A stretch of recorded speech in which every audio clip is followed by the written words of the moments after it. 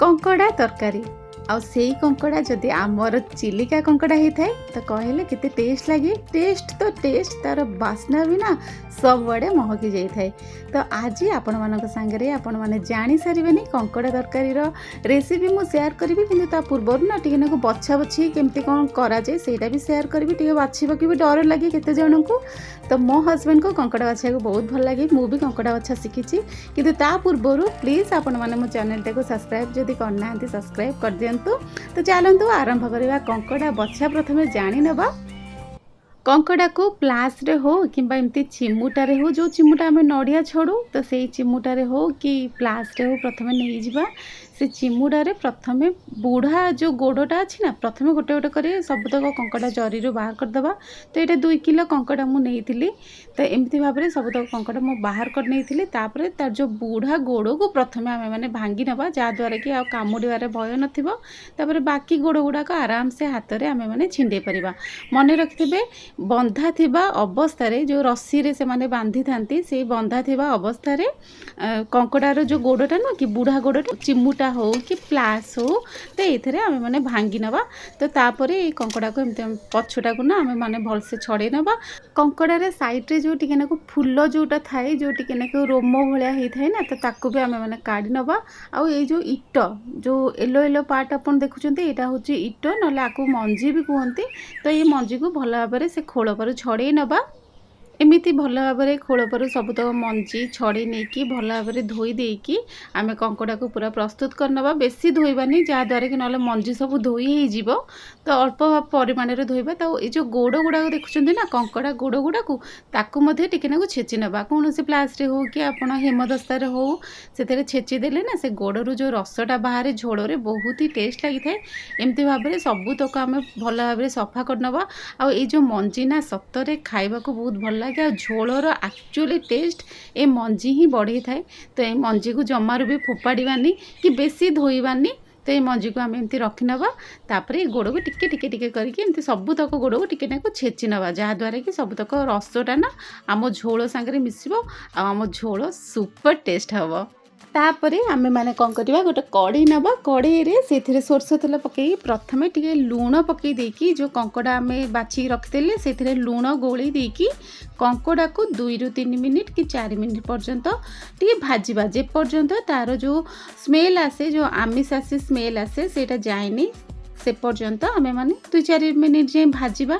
तो भल भाव में भाजी नवा लो टू मीडियम फ्लेम रे भाजवा बेसी हाई फ्लेम रे देले से पोड़ीज आ सब तो मंजी भी पोड़ीज जमा टेस्ट लगे लो टू मीडियम फ्लेम रे भाजवा। एमती भाव में 2 ରୁ 4 मिनिट पर्यंत आम मैंने भाजी नवा ये कंकड़ाटा को एबे भाजी हो गलानी। तो ताकू कौन करवा आम कंकड़ा को काढ़ी नवा गोटे जगार बेसी पोड़पोड़िया कर जमा भी भाजबेनी। तो सेम कड़े टिके धोईदेवा सेम कड़े टिके तेल पकईदेवा चीनी पूरा ऑप्शनल चीनी केवल कलर आसापी पकाती। तो मु तो पकाएनी कि मो हस्बैंड जेबे भी नॉनवेज करती से पकाती।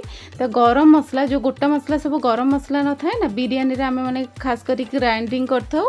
तो से गोटा मसला जमती दालचीन गुजराती गोलमरिच सबू प्रकार गोटा मसला पकई देकी सुखिला लंका राग हवापाई सुखिला लंका आउ पियाज पियाज मुझे 3टा बड़ पीस पियाज नहीं 2 किलो कंकड़ा हिसाब रे। तो सेमिति भाव में 2 किलो कंकड़ा अनुसार 3-4टा पियाज तो निश्चित नेबे। मु पियाज को ग्राइंडिंग केबे भी करेनी तो तेणुक बहुत क्वांटिटी टिके पियाज निए। तो पियाज को एमती ब्राउन हवा पर्यंत भाजी सारा पर हलदी गुंड से काश्मीरी लंका गुंड टे कलर आसापी राग तो अलरेडी मु सुखिला लंका पकईची राग हो राग पकेबानी अदा रसुण आउ टमाटो को ग्राइंडिंग करके आमे पकईदेवा। तो मु केबे भी पियाज ग्राइंडिंग करेनी आपन थरे पियाज न ग्राइंडिंग करी केवल रसुण अदा टमाटो को ग्राइंडिंग करके पकातु ना देखिए तार टेस्ट बढ़िया आसीबो। तापरे टिके नाको कषिबा पानी देकी भल भाव में कषिबा एई मसलाटा ना जेते कषा हबो भी टेस्ट लगे। तो टिके कषि हो सारा पर 2टा टमाटो काटी रखिथा 2टा टमाटो पकईकी ताको पुणी आमे माने टिके नाको कषिबा। तो टिके पानी देकी कषिबा जे पर्यंत भल भाव ଭାବରେ କଷି ହେଇନି। ଯେତେବେଳେ ଟିକେ ନାକୁ କଷି ହେଇ ଆସିବ, ଟିକେ ଟିକେ ତେଲ ବାହାରିବାର ଆପଣମାନେ ଦେଖିବେ, ସେଇ ସମୟରେ ଆଳୁ ପକେଇଦେବା। ଆଳୁ ଆପଣମାନେ ଚାହିଁଲେ ମଟନ୍ ସେପ୍ର ବି ଆଳୁ ପକେଇ ପାରିବେ। ମାନେ ମଟନ୍ ସେପ୍ର ମାନେ ଯେମିତି ମଟନ୍ କଲା ବେଳକୁ ଗୋଲ ଭାବରେ ଆଳୁ କାଟିକି ପକାନ୍ତି, ତ ସେମିତି ପକେଇ ପାରିବେ। ନହେଲେ ମାଛ ତରକାରୀ ଭଳିଆ ଆଳୁ ପକେଇ ପାରିବେ। ତ ଚାହିଁଲେ ବି ଭାଜିକି ପକେଇବେ, କିନ୍ତୁ ମୁଁ ଏଇଠି କଞ୍ଚା ପକେଇଲେ କଞ୍ଚାର ବି ଟେଷ୍ଟ ଥାଏ। ତାପରେ ଭାଜି ରଖିଦେବା କଙ୍କଡ଼ାକୁ ସେଇଥିରେ ଆଡ଼୍ କରିଦେବା। କିନ୍ତୁ ଏଇଟା 2 କିଲୋ କଙ୍କଡ଼ା ଯେହେତୁ ଜାଗା ହେଲାନି ମୋ କଡ଼େଇରେ, ତ ମୁଁ ତାକୁ ଟ୍ରାନ୍ସଫର୍ କରିଦେଲି ଗୋଟେ ଡିସ୍‌ରେ। ଯେହେତୁ କଷିବା ପାଇଁ ଟିକେ ନାକୁ ପ୍ରୋବ୍ଲେମ୍ ହେଲା, ତ ଡିସ୍‌ରେ ଟ୍ରାନ୍ସଫର୍ କଲା ବେଳକୁ ସେଇଥିରେ ନା ଟିକେ ନାକୁ ଚାମୁଚେ ଖଣ୍ଡେ ତେଲ ଟିକେ ନାକୁ ପକେଇଦେବା। ତାପରେ କଙ୍କଡ଼ା ଯୋଉଟା ଆମେ କଷୁଥିଲେ ନା, ସେ କଙ୍କଡ଼ାକୁ ମୁଁ ସେ ଡିସ୍‌ରେ ଆଣି ପକେଇଲି। ଯେହେତୁ ଭଲ ଭାବରେ କଷିବାର ବି ଅଛି, ଝୋଳ ବି କରିବାର ଅଛି, ତେଣୁକରି ବହୁତ ଭଲ ଟିକେ ନାକୁ ନା ଜାଗା ଦରକାର, ଯାହାଦ୍ୱାରା କି ସେଇଟା ଭଲସେ କଷି ହେବ ବି, ଆଉ ଝୋଳ ପାଇଁ ବି ପାଣି ବି ଫୁଟିବ ନା। ତେଣୁକରି ମୁଁ ଡିସ୍‌ରେ କରିଦେଲି। ଯଦି ଆପଣଙ୍କ ପାଖରେ ବଡ଼ ପ୍ରେସର କୁକର୍ ଅଛି, ଆପଣ ସେଇଟା ବି ୟୁଜ୍ କରିପାରିବେ। ଏଇ କଙ୍କଡ଼ାର ମସଲାଟା ଯୋଉଟା ଆମେ କଷୁଛେ ଯୋଉଟା, ତାକୁ ନା ଟିକେ ବହୁତ ସମୟ କଷାଯାଏ, ଯାହାଦ୍ୱାରା କି ଟେଷ୍ଟଟା ବଢ଼ିଆ ଆସିବ। ଆଉ ହଁ, ଟିକେ ନାକୁ ପାଣି ଦେଇ କଷିବା। ତ ଏମିତି ଭାବରେ ମୁଁ କମ୍ ସେ କମ୍ 10 ମିନିଟ୍ ଖଣ୍ଡେ କଷିଥିଲି ଘୋଡ଼େଇକି। ତ ଏଇଠି ପୁରା କଷି ହେଇଗଲାଣି। ତ ଏଇ ଷ୍ଟେଜ୍‌ରେ ଆମେ ଯେବେ ବି କଙ୍କଡ଼ା ତରକାରୀ କଷିବା, ତ ସେଥିରେ କିଛି ବି ମସଲା ଆମେ ଆଡ଼୍ କରିବାନି। ଯେମିତି ଧନିଆ ଗୁଣ୍ଡ, ଜିରା ଗୁଣ୍ଡ ଏସବୁ ଜମା ଆଡ଼୍ କରିବାନି।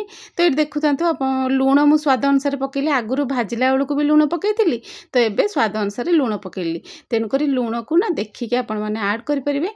ତାପରେ ଯେଉଁ ମସଲା ମୁଁ କହୁଥିଲି, ଯେଉଁ ମସଲା ଧନିଆ ଗୁଣ୍ଡ, ଜିରା ଗୁଣ୍ଡ ଏଗୁଡ଼ାକ ବେଶୀ କିଛି ଆଡ଼୍ କରିପାରିବେନି। ମଟନ୍ ମସଲା କି ଚିକେନ୍ ମସଲା ଜମା ଆଡ଼୍ କରିପାରିବେନି। ଯଦି ଚାହିଁବେ ଆପଣମାନେ ଗରମ ମସଲା ଟିକେ ନାକୁ ଆଡ଼୍ କରିଦେବେ। ତ ଏଇ ଷ୍ଟେଜ୍‌ରେ ମୁଁ ଗରମ ମସଲା ଆଡ଼୍ କରିଥିଲି, ଆଉ କିଛି ମସଲା ଆଡ଼୍ କରିନି। ଲାଷ୍ଟକୁ କେବଳ ଟିକେ ନାକୁ ଗୋଟେ ମସଲା ଆଡ଼୍ କଲି, ସେଇଟା ଆପଣ ଲାଷ୍ଟକୁ ଜାଣିପାରିବେ। ବେଶୀ ମସଲା ଆଡ଼୍ କରିବା ଦ୍ୱାରା ତା'ର ଟେଷ୍ଟ ତ କମିଯାଏ, କିଛି ଭଲ ହିଁ ଲାଗିବନି। ତେଣୁକରି ଆମ କଙ୍କଡ଼ାର ମେନ୍ ଫ୍ଲେଭରଟା, ବାସ୍ନାଟା ଆସିବାର ଅଛି, ତା ଟେଷ୍ଟଟା ଆମେ ଜାଣିବାର ଅଛି।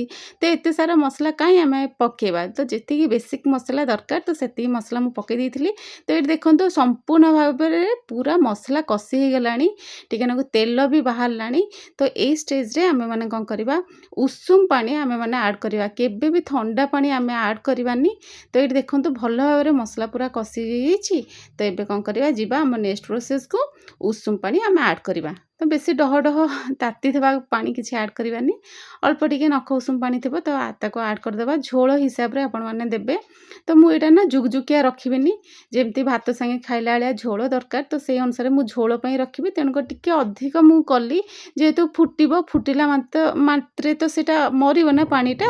ତେଣୁକରି ଏଇଠି ନା ବହୁତ ବଢ଼ିଆ ବାସ୍ନା ଆସୁଥାଏ। ସିରିୟସଲି ବହୁତ ବଢ଼ିଆ ବାସ୍ନା ଆସୁଥାଏ। ତ ଏଇ ଝୋଳ ବି ନା ଯେତେ ରହିଗଲେ ବି ସେ ବସି ହିଁ ଯାଏ। ତେଣୁକରି ଟିକେ ନାକୁ ଅଧିକ ଆମେ ପାଣି ଦେବା, କାରଣ ଏଇ ଯେଉଁ କଙ୍କଡ଼ାର ଝୋଳଟା ଥଣ୍ଡା ହେଲା ପରେ ସେଇଟା ବସିଯାଏ। ତ ଏଇଠି ଭଲ ଭାବରେ ଫୁଟିଗଲାଣି, ଆଳୁ କଙ୍କଡ଼ା ସବୁ ସିଝିଗଲାଣି। ତ କେମିତି ଜାଣିବା? ଆଳୁ ତ ସିଝିଗଲାଣି ଜାଣିଦେବା। କଙ୍କଡ଼ାକୁ ଜାଣିବା ପାଇଁ ଗୋଟେ କ'ଣ କରିବା, ଆମେ ଯେଉଁଟା ପିଠା ପାତିଆ ସେଇଥିରେ କଙ୍କଡ଼ାକୁ ଏମିତି ଭାଙ୍ଗିବା। ଯଦି ଇଜିଲି ଭାଙ୍ଗି ହେଇଯାଉଛି, ଜାଣିବା କଙ୍କଡ଼ା ସିଝିଗଲାଣି। ତ କଙ୍କଡ଼ା ମୁଁ ଭାଙ୍ଗିଥିଲି, ସେଇଟା ସୁଟ୍ କରିପାରିଲିନି, ତ ସିଝିଗଲାଣି। ଲାଷ୍ଟକୁ ଗ୍ୟାସ୍ ବନ୍ଦ କରିଦେବା। ଏଇଟା ହେଉଛି ଡାଲଚିନି ଆଉ ଗୁଜୁରାତିର ଗୁଣ୍ଡ। ଏଇ ଗୁଣ୍ଡକୁ ଆମେ ଟିକେ ନାକୁ ଅଧା ଚାମଚ ଆଡ଼୍ କରିଦେବା। ତାପରେ ଧନିଆ ପତ୍ର ଆଡ଼୍ କରିଦେବା। ଟିକେ ନାକୁ ଗୋଳେଇ ଦେବା। ଗୋଳେଇ ଦେଇକି ତାକୁ ଘୋଡ଼େଇକି କମ୍ ସେ କମ୍ 5 ମିନିଟ୍ ଥୋଇଦେବା। ଯେହେତୁ ତା'ର ବାସ୍ନାଟା ତ ପୁଣି ଭେଦିବ ନା ନାହିଁ ସେ ଗରମରେ। ତ ଏବେ ଗରମା ଗରମ ଆମର ପୁରା ରେଡ଼ି ହେଇଗଲା କଙ୍କଡ଼ା ତରକାରୀ। ଝୋଳ ନା ପୁରା ବସିଯିବ। ଏବେ ଟିକେ ନାକୁ ଥିକନେସ୍ ଦେଖାଯାଉଛି, କିନ୍ତୁ ଝୋଳ ବହୁତ ବସିଯିବ ଥଣ୍ଡା ହେଲା ମାତ୍ରେ। ତ ଚାଲନ୍ତୁ ଏବେ ପ୍ଲେଟିଂ ଆଡ଼କୁ ଯିବା। ତ ଏଇଠି ଦେଖିଦିଅନ୍ତୁ କେତେ ସୁନ୍ଦର ଲାଗୁଛି, ଆଉ ଖାଇବାକୁ ବହୁତ ଟେଷ୍ଟ ଲାଗେ। ଆଉ ସିରିୟସଲି ବାସ୍ନା ଏତେ ବହୁତ ବଢ଼ିଆ ବାସ୍ନା ଆସୁଛି। ଆପଣମାନେ ତ ଜାଣିଥିବେ କଙ୍କଡ଼ା କେତେ ଟେଷ୍ଟ ଲାଗେ। ତ ଏଇଟା ଥିଲା ମୋର ଆଜି ପ୍ରସ୍ତୁତି। ଆଶା କରୁଛି ଆଜିର ରେସିପିଟି ଆପଣମାନଙ୍କୁ ବହୁତ ହି ପସନ୍ଦ ଆସିଥିବ। ତ ଏମିତି ଥରେ ମୋ ୱେରେ, ଥରେ ବହୁତ କମ୍ ମସଲାରେ, ମାନେ ବାହାର ମସଲାକୁ ଆଭଏଡ଼୍ କରିକି ବହୁତ କମ୍ ମସଲାରେ ଥରେ ନିଶ୍ଚିତ ବନାନ୍ତୁ ଏ କଙ୍କଡ଼ା ତରକାରୀ, ଏଇ ଚିଲିକା କଙ୍କଡ଼ା ତରକାରୀ। ତ ବହୁତ ହି ଟେଷ୍ଟ ଲାଗିବ। ଗରମ ଭାତ ସାଙ୍ଗରେ ହଉ, ଖାସ୍ କରିକି ଅରୁଆ ଭାତ ସାଙ୍ଗରେ ନା ଖାଇବାକୁ ବହୁତ ହି ଟେଷ୍ଟ ଲାଗିଥାଏ। ତ ନିଶ୍ଚିତ ଭାବରେ ଥରେ ମୋ ପ୍ରୋସେସ୍‌ରେ ବନାନ୍ତୁ। ଆଉ ପ୍ଲିଜ୍ ମୋ ଚ୍ୟାନେଲ୍‌ଟିକୁ ଯଦି ସବସ୍କ୍ରାଇବ୍ କରିନାହାନ୍ତି, ସବସ୍କ୍ରାଇବ୍ କରିଦେବାକୁ ଅନୁରୋଧ। ତେବେ ରହିଲି, ନମସ୍କାର, ଜୟ ଜଗନ୍ନାଥ।